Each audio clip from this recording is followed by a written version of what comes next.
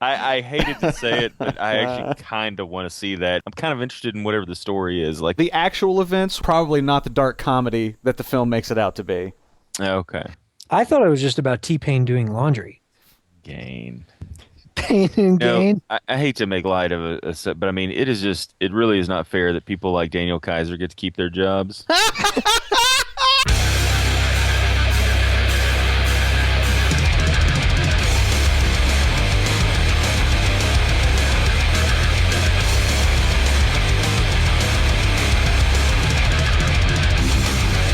This is Epic Battle Cries Skirmish 192! Unafjordable! Hello and welcome to Epic Battle Cry. This is the place where we cut through the crap to bring you the real deal in the gaming industry today.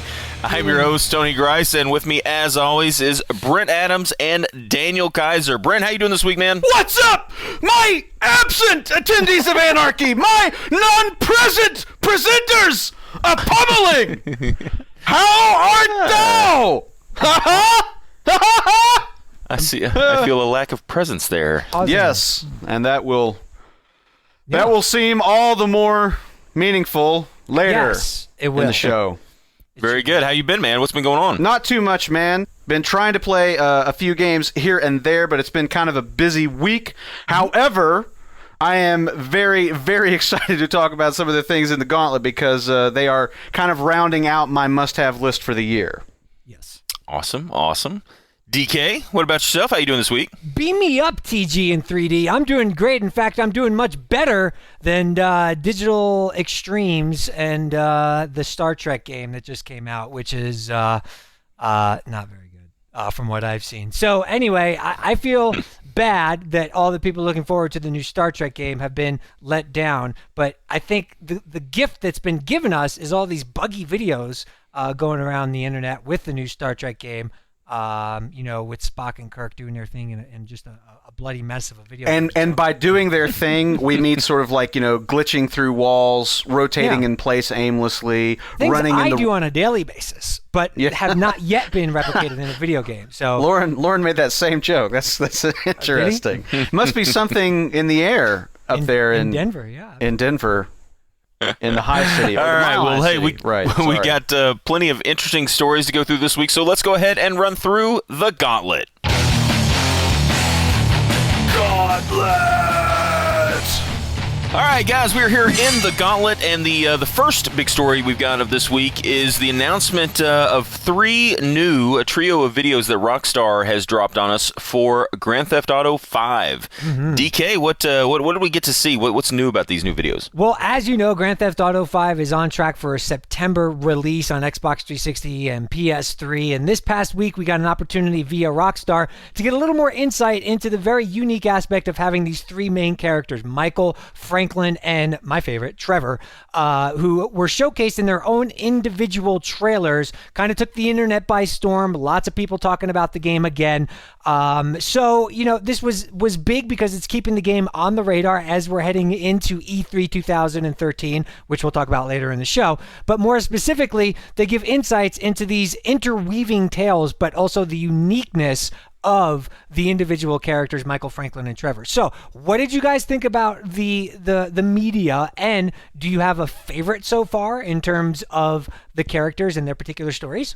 Okay, so first up, I think that the three trailers are really kind of interesting, and it's emblematic of this whole three main characters with unique stories approach that Grand Theft Auto 5 is taking. Yeah. Second, Trevor's my favorite, and third, the thing about these trailers tonally and also with just some specific beats that we're kind of getting hints as to who these people are or what their stories might be. The thing that these trailers, both individually and collectively, say to me as a Grand Theft Auto fan is Grand Theft Auto is back. Grand Theft Auto 4, for better or worse, took a more serious tone than the games had up until that time. And, whether that was just sort of growing pains and Rockstar trying to maybe have this series be taken a little bit more seriously, whatever the case was, Grand Theft Auto 4 was missing a little bit of the magic that the series had up till that point. And in these three trailers, I really felt like we were seeing that sense of humor and that sense of fun. Not to say that the game is not going to be serious at times, not to say that the game is not going to be poignant or compelling or dramatic, but simply that I think that these trailers, at least for me, kind of said, yes, we'll be those things, but we will also have, that spirit of, just insanity that the games have had. And so I, for one, was very, very happy to get that out of the media they released. What about you, TG? Yeah, I thought it was one. I thought they were just very kind of well put together, like everything Rockstar does promotional wise. I found it kind of interesting. Like I got to be honest, I'm not the biggest Grand Theft Auto fan, but was it just me, or did it sort of seem like maybe a mild throwback to the different titles in the previous series? Certainly. Like, the one character kind of feels like the main character from San Andreas. The other character sort of feels like an older version of maybe the character from, say, like Vice City. Yes. So yeah, and I'm not sure. The last character just seemed like a crazy man, which is why he's awesome. Yes, no, he is totally awesome. That really was not a negative thing, but he does, in fact, look very crazy. Yeah. But I don't know. It sort of had that sort of feel of like the almost like a greatest hits collection, if you will, but with all new stories and new because I know there are different characters, but just kind of like a sort of hey, have you liked any of the games we've done before? Well, here's your chance to sort of play. Yeah. However you'd like. Right. Yeah, and I totally agree with you. And I'll just say that, for me, I'm not the biggest Grand Theft Auto fan either, but I am intrigued by this. This is just one of your many flaws. Keep talking. I'm intrigued by this concept. Because, what we're seeing visually and what this game is bringing to the table, from a story standpoint seems... So, it almost seems like on a different level than most of what we see all the time. So it's really hard. Like when I watch this stuff, I'm looking at like a really, really awesome looking video game, but it doesn't even seem like that. It's like, I don't know. It's really hard to judge because it seems so far above most of what we usually see. But at the same time, it seems like, as a non-traditional Grand Theft Auto fan, I'm really intrigued by this concept of these interweaving stories because, in a city like Los Angeles and New York and whatnot, that's really an interesting, compelling thing to not tell it from just one perspective, but how all these things, our lives are interwoven and how, society as it is kind of, paints us in these different lights. And then it all is, from different people's perspective, we're looking at kind of the same thing and the same individual struggles. I'm interested to see what they do with this story. I think I'm very intrigued for the first time in a long time to go through a Grand Theft Auto game because I want to see how Rockstar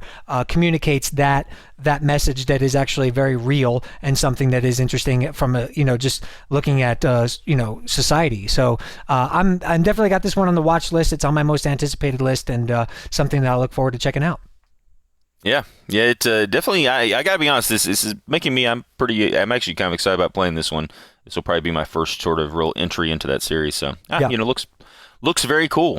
Another title that I'm pretty sure is on almost everyone's must-have list this later this year is Watch Dogs. Yeah. And we finally, this past week, got a release date and a little bit of more of a look into the story, I guess. Brent, when are we going to get to play this? Okay, so Watch Dogs, coming from Ubisoft, has been announced for November 19th.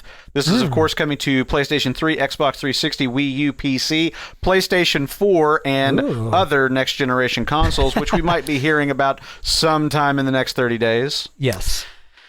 We've got a new trailer for the game, which that's kind of an interesting thing that we can talk about in and of itself. But before we get to that, let's talk a little bit about some of the pre-order bonuses that are going to be coming down the pipe for Watch Dogs. So the UK actually is really, really getting hooked the fuck up with this. Sure they are. There are 4 bundles that we're looking at right now. There's the DedSec edition, the Vigilante edition, the Uplay exclusive edition, and the special edition, which by contrast ain't so special. Yeah, I know, it's funny.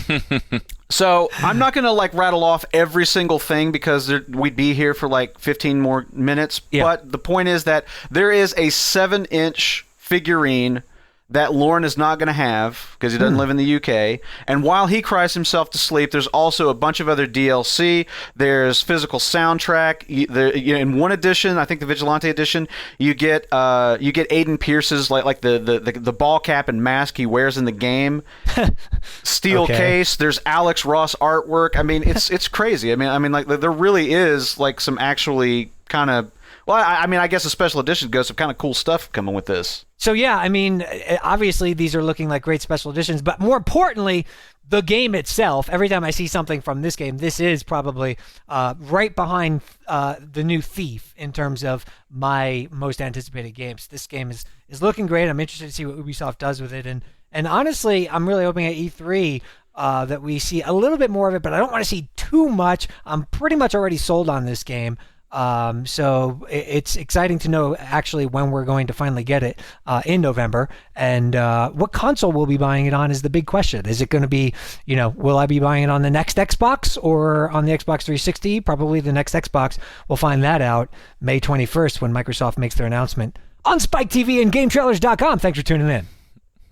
You're welcome. Hey, something that I sort of thought about, and I to be honest with you, I could be completely off base on this, but I was trying to think of, this is a pretty big AAA, release that is going to be across all platforms, all current gen and it looks as though next gen Microsoft, and at least we know PlayStation platforms. Yes. What have we had when a new console released? Have we had a game that spanned all the consoles, multiple generations? Yeah, because and I'm sure the internet is literally a flurry right now already. With saying that yet, and I'm totally wrong. But I was trying to think I feel like maybe like Madden or something was released on like more than one platform when like say the PS2 released or something. But not sort of like a AAA. I mean, admittedly, it's not a franchise. Not a good game. But we certainly anticipate that Watch Dogs will probably be a new franchise in its own right. Yeah, and I kind of wondered what that might mean to. I mean, because really, that's like how different are these games going to be? Because we sort of know, like we've always had that differences between different consoles, but this will be a one where like there will be a significant improvement, hopefully, theoretically, from like the PS3 and Xbox versions to the next generation. So what's that? I don't know. It's like, what's that going to look like? Is that going to be a big leap, or is it just going to be like, oh, this version looks a little bit better, or this version has significantly different features? Because part of the thing with Watch Dogs, one of the things that I think that sold a lot of people on the game was sort of, to be honest with you, no details they gave us, just sort of like this idea that like, hey, they just showed us, Sony just showed us all these like social connectivity things, all these crazy cool things we can do, and now we see a game in which we sort of envision some of that stuff can take place. Yeah.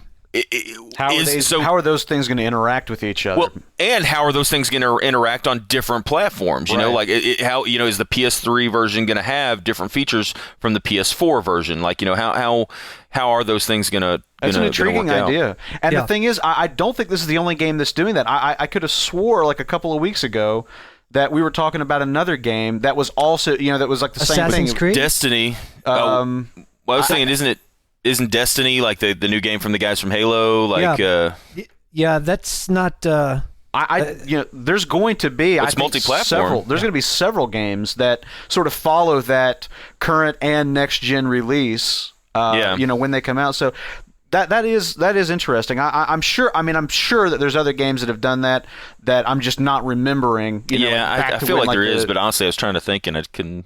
Yeah. Anyway, but that will be really interesting to see, like what sort of different features beyond just graphic fidelity, might work their way into some of these titles, and also how these games do sort of influence not just whether or not to get them on a next gen console, but what next gen console you might end up getting based on how they the features that these games might support on those different consoles. Yeah, we'll just have to watch.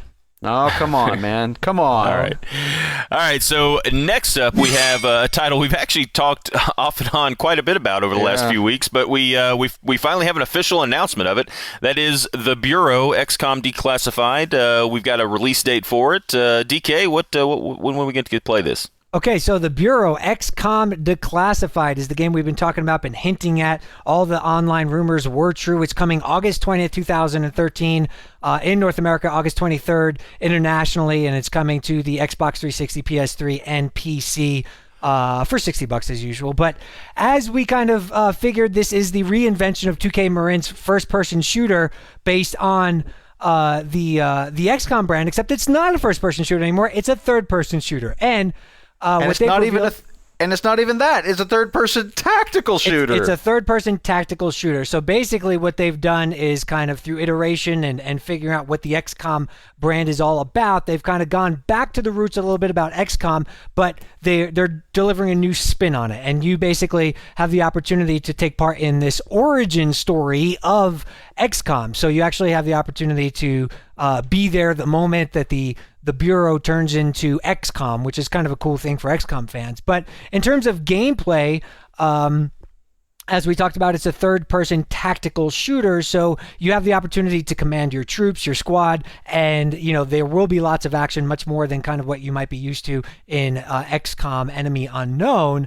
But this is 2K Marin's opportunity to kind of take cover-based combat and tactical gameplay and combine them in this unique experience that they're looking to do. I personally think it sounds pretty good. They released a live action trailer to give some insight into the story and set the tone and the vibe of what we can expect, and then some screenshots which I think look pretty good as well. The XCOM brand has come back full force, as we discussed recently on the show about what Enemy Unknown did for the brand and what that game did for real-time strategy games.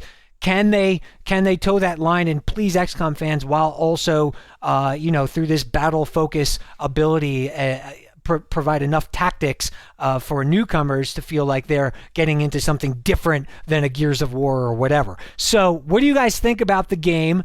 You've heard my opinion. What's yours? I really want this to be good. I really do. I'm huge into XCOM now in the wake of Enemy Unknown. I've seen this game in the past, and I thought it looked interesting then. I love the idea of where the game is set in history and all of the events and things that will be factoring into that. I love the whole idea of the '60s and the Men in Black and the cloak and dagger government stuff. All of that sounds so cool. I'm down with the tactical shooter aspect. I think that sounds awesome. All of the individual pieces of this sound really appealing. And yet there's that moment in the trailer where it says, from the studio that brought you BioShock 2. They're hanging their hat on that, and it's like, don't do that. Don't do that. So, this game has had a troubled road to release. We all know that. Yeah. I fully intend to check this out when it does release in August. But I have to say that, I feel like they really are going to have to sell me on this. As opposed to, a title like Watch Dogs, which I kind of agree with you, Daniel. I'm pretty much sold on Watch Dogs already. This game, they're going to have to do a little bit of legwork with me, because I do kind of worry about, especially, at full price like this. Because for a while we were hearing rumors that this was going to get released as like a $30 downloadable game. Yeah. Right. So I don't know. As a full price release, I have got to say that I am just a little bit skeptical about this one right now. But having said that, I do want it to be good because I think it's got great potential. Yeah.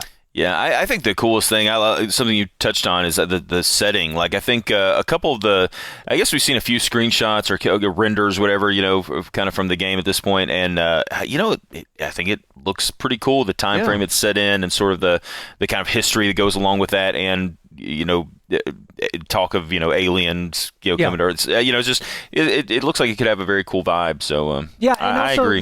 Let's not forget. I mean, they're bringing a lot of the XCOM stuff. So permadeath, building up your squad, and thinking of a third-person tactical shooter where there's more weight on just your guy getting hit and then giving him a health pack or something. It's like if he's down, he's down. I'm actually pretty high up on this one right now, and I'm hoping, like you guys, I'm still cautiously optimistic, but I think I could see the potential here. So I'm really hoping that it lives up to the hype, because it could be a really great addition to the series. I agree. Yeah. All right. Well, so another great addition to a great series is The Witcher 3. And we've got a couple of interesting, and I think most of us would agree, very good bits of information over this past week. Brent, you want to tell us a little bit about some of the different things we've heard that The Witcher 3 will not include? Absolutely. So CD Projekt Red is talking about what The Witcher 3 is going to be, and in some ways, possibly even more importantly, what it's not going to be. For example, The Witcher 3 is not going to have multiplayer. It's not going to have QuickTime events, and unsurprisingly, given their previous comments on the matter, it's not going to have DRM either. And I think it's really fascinating to see the contrast in the approach of this developer in relation to other developers and publishers. And, they really, really do stand apart in saying, we're not going to do multiplayer because we just can't think of a way that it really fits into our game, which is singularly about this character and in his journey, and we just don't see a way that multiplayer really fits into that. We're not going to do the QuickTime events because you know what? We just didn't feel like we were able to add anything to that. I mean, look at the Uncharted series; they're doing it right, but we just don't think it's the right fit for our game. And as far as DRM, and this is the greatest thing ever, the quote is, "In my opinion, DRM is the worst thing in the gaming industry." End quote. But then to go on and talk about how it limits your rights to play games that you own, and talks about the difficulty. What if you lose an internet connection? Because you don't have a particularly reliable ISP. What if you just economically find yourself in a position where you can't afford the internet, or you just geographically you're in a position where you don't have it for whatever reason? Why is it that companies think that it's okay for you to own something that you don't have access to, that they charge full price for, et cetera, et cetera? So I really think that it's a breath of fresh air to see at least one game developer that's playing on the level that CD Projekt Red is with the Witcher series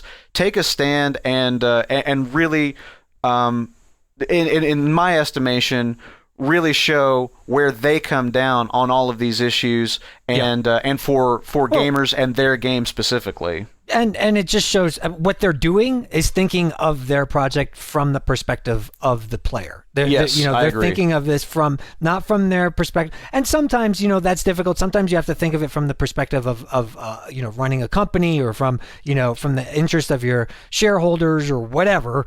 They're very outspoken about it. They're thinking of it like, what, from the position of a player. I wouldn't want that. I wouldn't want my game to not work if I was in a different area or whatever. So why would we do that to our game? They're at a level where they could still have that type of, it's kind of like an indie band or something like that, deciding what kind of music it's going to put on its album or something. They're the ones kind of controlling that, and they could carve out what they want that experience to be. And I think a lot of people agree with them, and a lot of people feel that, and the gamers of the world have responded to this in a great way by saying thank you for sticking up for our perspective when it comes to being a consumer of products that we really care about. It's gonna be easier to download this illegally too and play it.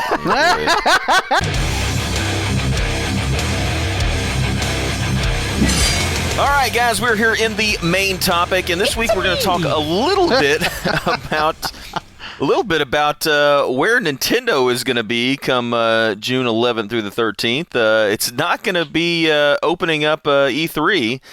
So, DK, you want to kind of tell us a little bit about what news we've gotten this week that Nintendo is not going to be having a big press conference to open up E3? What's that all about? So they're going to have a presence there the Tuesday morning of the week of E3 on June 11th, as they traditionally have. It's just going to be quite a bit different, as we've seen, and what we want to discuss here in this main topic on this edition of Epic Battle Cry is the state of E3 and how people in the ramp up, the very highly anticipated release of information, people used to hold all their cards until E3 and then boom, get all the headlines.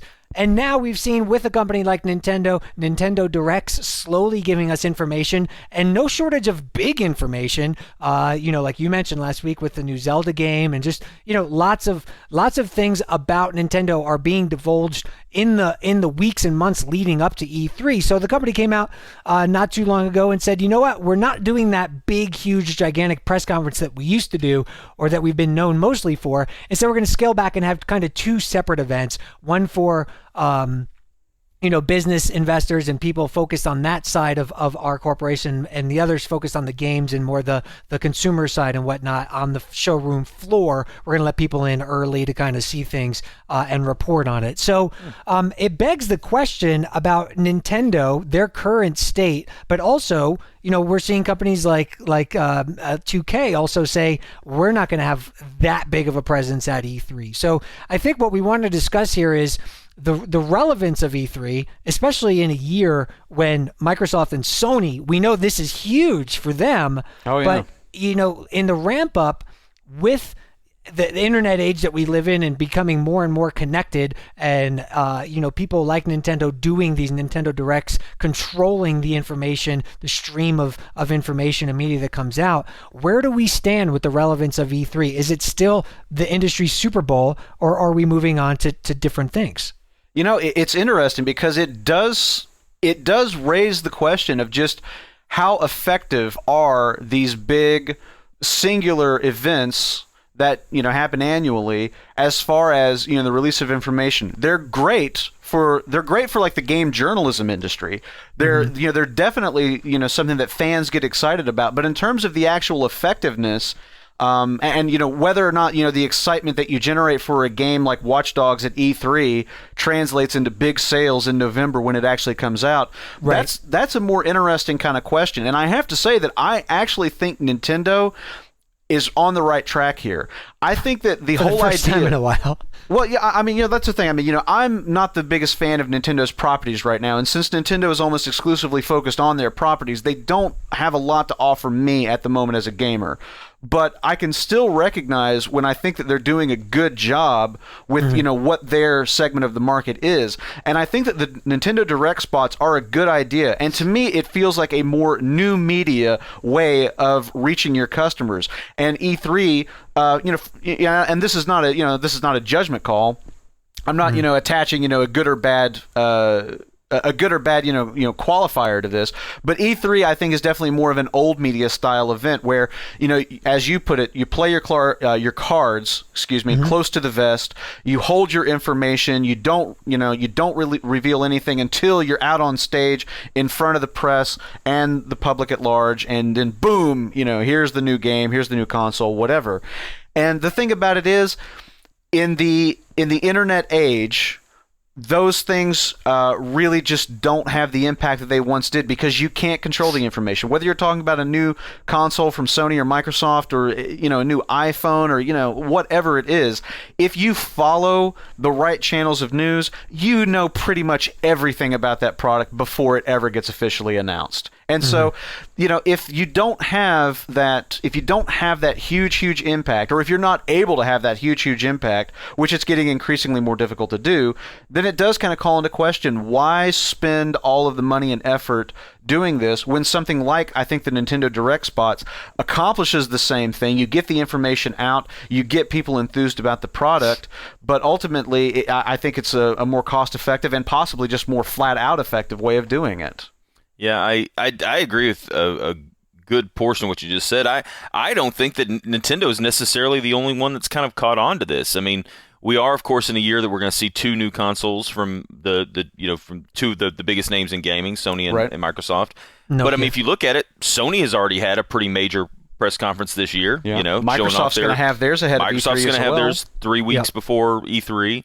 So I think they've all sort of realized, or I think they're all starting to realize that E3 doesn't necessarily have to be it has been, the show. Like, I think I think like Microsoft and Sony are both going to put on really, I think good shows to show off a lot of, like, maybe get into a little more in depth. Like, they're a little less of that sort of let's surprise you with some cool announcements. I think it's going to be more, let's show you more of what we've already announced earlier. Right. And Which is fine, and I think Nintendo, to be honest, the second part to that is I think Nintendo also knows that to be honest with you, E3 is not really their crowd. Right. Really, most of people in gaming, like the gaming journalists, things that are going to be there.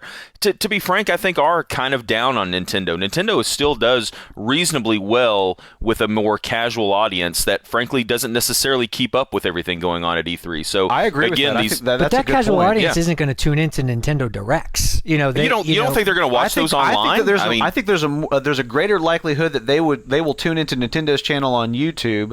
Then or watching some of it on their devices. You can watch the Nintendo Directs through almost any of their consoles. So I think that's the big ticket right there. That them trickling out the information through the consoles. I mean, because traditionally, like you said, Brent, the old school, if you will, or whatever. But the thing with E3 is to get the headlines, to get on the front page of the USA Today, to get onto all the websites, GameTrailers, GameSpot, IGN. You want to dominate those headlines and the media that is associated with it. And now with Nintendo Directs and stuff, there's trickling all this stuff out. PlayStation saying, here's what we're doing with the console. But I think people can really manage this in a smart way by doing things I'm really still intrigued to see the PlayStation 4. You know what I'm saying? We know about it, we have an idea of it, but that moment of here it is, and here's same the thing design.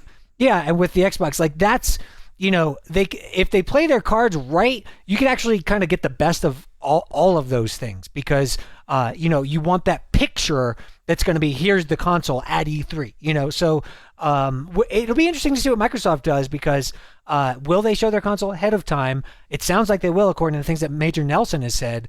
He kind of knocked Sony for saying that, hey, have a reveal event and don't reveal the console. That seems interesting.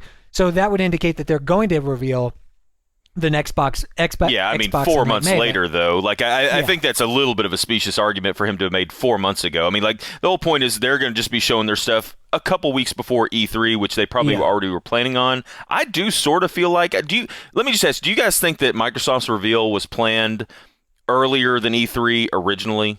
No. I don't really think so. I think Sony kind of forced their hand a little bit by releasing early, and frankly, I think getting a lot of attention for a lot of people saying, "Hey, you know what? Maybe this is Sony's year. Maybe this is Sony's generation to win back or whatever." Because I think their show was pretty impressive. I think agree. it'll really come down to what Microsoft shows in of course their reveal. How impressive their new hardware is in terms of what it can do and what it can add that is not out there right now. But it does still right now come down to E3 is going to be the big show. E3 is going to be the thing coming out of E3 is where people are going to say, okay, I'm putting my money down on Sony, I'm putting my money down on Microsoft, or I'm putting my money down on Nintendo. I don't really think Nintendo is going to come out of this any really very strong. But again, I don't feel like they play in the same realm that the other two do. I think that's an honest statement to say, because if you watch previous years, people in the audience during a Nintendo press conference, granted they're the most slow paced. I mean they're even more grueling sometimes than the Sony ones. Did you see last year's? Listen, not even virtual fireworks can make sitting through one of Frankenstein Fils-Aimé's keynotes more bearable. All right. But my whole point is I sort of think that they never, whatever they came out with. I mean, they could have come out with almost anything, and I think people would still just kind of be like, okay, we'll wait and see. Whereas the other companies can do that, and they get a lot more attention for it. So I think this is a good move for Sony. I mean, for Nintendo, and they're still going to be there. It's not like they're not going to be at E3. Exactly. But that's the thing. It is a good move kind of for Sony as well. I mean, if nothing else, the Nintendo Direct stuff, the fact that Sony had their big quote unquote reveal press conference for the PS4 months ago on their own terms, the fact that Microsoft is going to be announcing the new Xbox ahead of E3, it does paint a very interesting picture of new media and how companies are discovering ways to use new media. I mean, just going back to the PlayStation 4 event, that was a brilliant strategic move on Sony's part, because I mean, it doesn't matter. It doesn't matter if Microsoft's event was going to take place, at E3 or in the bottom half of the year, whenever it was. If they had the entire thing filmed and in the can right now, and they were just going to hang on to it and release it on the day, it doesn't really matter because the public perception of whatever Microsoft does is going to be a comparison to what Sony has already done. Yes. And if all of them had waited until E3 to reveal this information, then they would just kind of be slugging it out. But that's the thing, they're leveraging the fact that you don't need a huge press event at a major trade show to get enough eyes on your product, on your announcement. And Nintendo is doing that with a different strategy, admittedly, but Nintendo's doing that with the Nintendo Direct spots. Sony's already done that, and I think it's going to be fascinating to see how other companies, not just like the hardware people, but publishers and obviously we see developers doing this kind of direct to consumer stuff a lot. But it's going to be really interesting to see how this stuff gets leveraged moving forward as the gaming industry continues to evolve.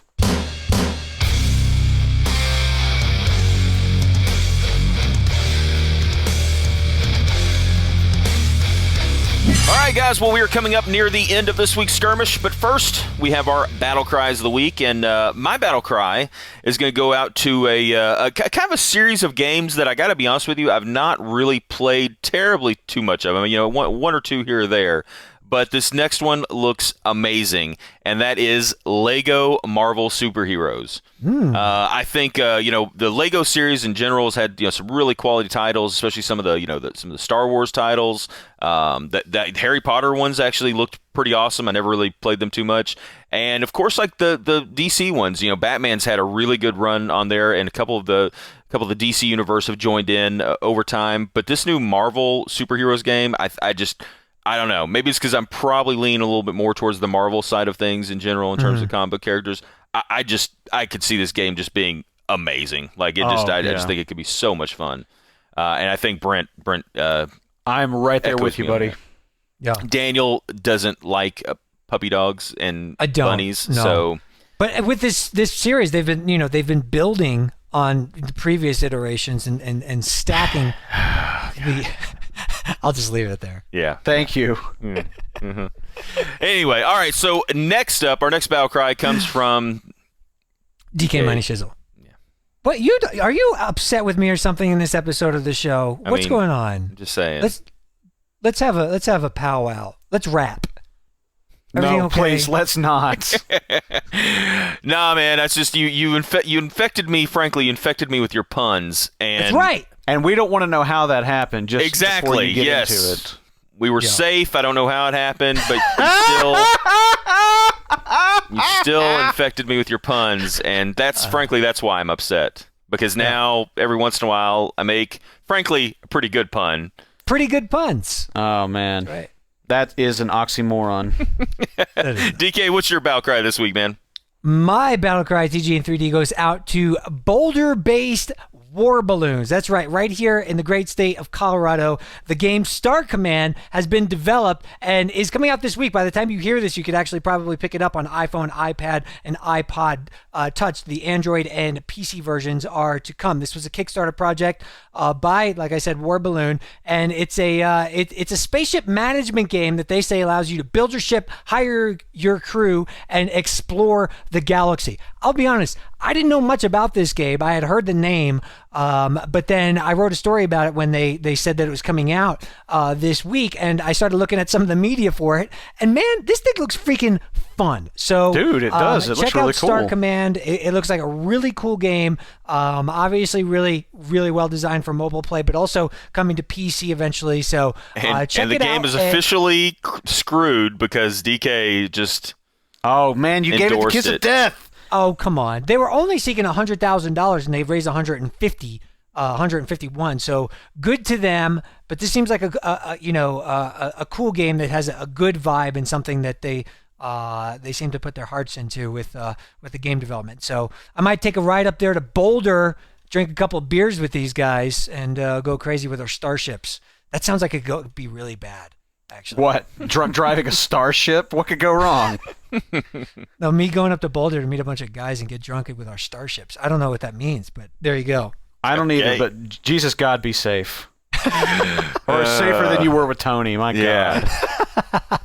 All right, Brent, what's your battle cry this week? My battle cry this week goes out to a title that comes from Kim Swift, of course, of Portal fame, and Airtight Games. And this is the announcement of a new title from them that is going to be exclusive. Well, I suppose maybe if it's going to be console, if we're talking about just consoles, exclusive to the Ouya. And the game is called Soulfjord, and it is a mashup of Norse mythology and 70s funk. And I have to tell you that in terms of like art design, in terms of a description of a game, it sounds absolutely awesome. So you are going to play through the game as Magnus Jones, an Afro-sporting Viking who makes his way through procedurally generated dungeons and engages, unfortunately, in rhythm-based combat. And therein lies the tragedy of Soulfjord. This looks like an awesome game. It sounds like an awesome game. But the moment I hit that rhythm-based combat thing, I was like, oh, you're kidding me, right? Like, my enthusiasm really fell apart. I'd like to be proven wrong. I'll check it out. Maybe it will turn out to be good, but I don't know. Just something about that just hearing it does not in any way sound appealing to me at all. And I guess that's unfortunate. I guess we'll see. We'll ultimately see what happens with it. It looks like a fun game. I'm glad that the Ouya is getting some stuff like this. I think that games like this could really help kind of establish what that console is, or at least how it's perceived in the minds of gamers. But anyway, I think Soulfjord looks really cool, but we'll just have to kind of see how this whole rhythm combat. Did they announce thing a works price? No, I don't think that they have. But I mean, it's on Ouya, so it'll be free with a demo. But I don't know if they've announced a price for this project. But no, they haven't, and no release date yet either. Well, hopefully people could afford it. Daniel. Jesus. Hey, I do have a side question. Have you ever? You haven't got your Ouya yet, have you? Or no, I haven't gotten it yet. Is it? Do you have like a date or anything? It's basically sometime in the next month. So. I mean, because you started supporting that thing pretty early on. Didn't you? Yeah, I did. But no system yet, so hopefully glad to see it's paying off for you. All right, so Listen, DK, you're a lot closer to me than Daniel is. All right, and he's already got me on edge, and I'm holding a sharp object. You don't know where I live. Oh wait a minute. Yes, you do. Damn it. All right, DK. I think you have our member battle cry this week. I do, and it comes from Talus12, and it goes a little something like this. I used to buy a bag of candy in high school during break times, and all my friends got some out of the bag. I know a little bit about that. After a while, I noticed that some of my friends do the same thing and share, while others just take the candy day after day without returning the favor or the flavor.